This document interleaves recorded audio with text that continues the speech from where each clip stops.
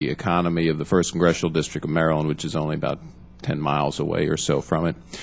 Let me just follow up with a question that Chairman Hall asked at the beginning, and which I think I'm getting the handle on. In the 2010 authorization,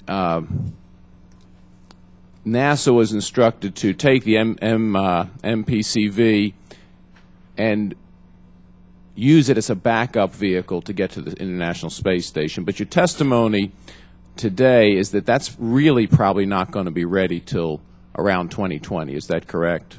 For manned flight?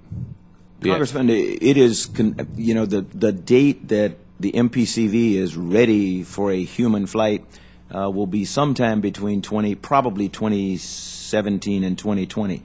Well, 2017 is when the unmanned flight. That's when we plan to fly an unmanned flight. Unmanned. So realistically, it's about 2020. So, with my understanding is the International Space Station is really only projected right now to be used through 2020. I mean, it can go till 2028 or so, but only to 2020. So, realistically, the MPCV really will never be a backup vehicle.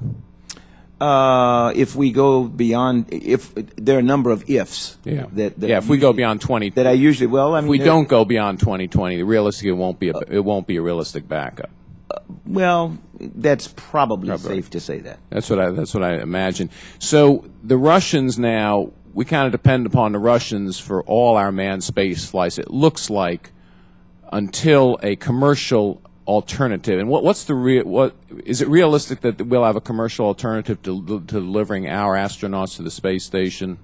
It's realistic. Before 2020? It's realistic that we'll have a capability by 2015. By 2015. So it looks like for a 4-year window or so, we're going to depend upon the Russians. Yes, sir. And my understanding, I think I read it somewhere, they're kind of charging us a whole lot more than they used to. No, sir. They're actually not. Right. They're, okay. The latest contract that we signed with the Russians was essentially what we had signed before, plus inflation.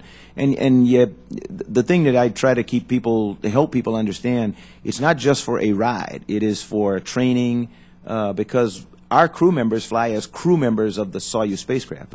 Generally, an American will be the flight engineer. We've never had an American fly as a commander of a Soyuz, but they do the flight engineer duties. One of the reasons we want to bring the capability of sending humans to space on an American-made vehicle is just to reduce the amount of time that I lose an astronaut to Russia for training. Sure. You know, that's one of the things that's unattractive, if you will, to a young astronaut with a family, is having to spend 2 years of their time back and forth to Russia. Sure. You know, it's not attractive. Absolutely. No, thank you very much for that. But with regards to the MPCV, it looks like we're not going to be able to fulfill that, you know, the requirement of the 2010 law to actually have that available as a backup. We will depend upon the commercial rockets and of course the Russians as backups, it looks like.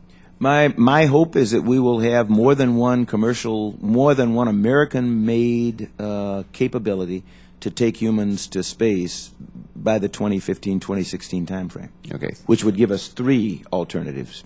Well, thank you very much, and again, thank you for your service. I yield back.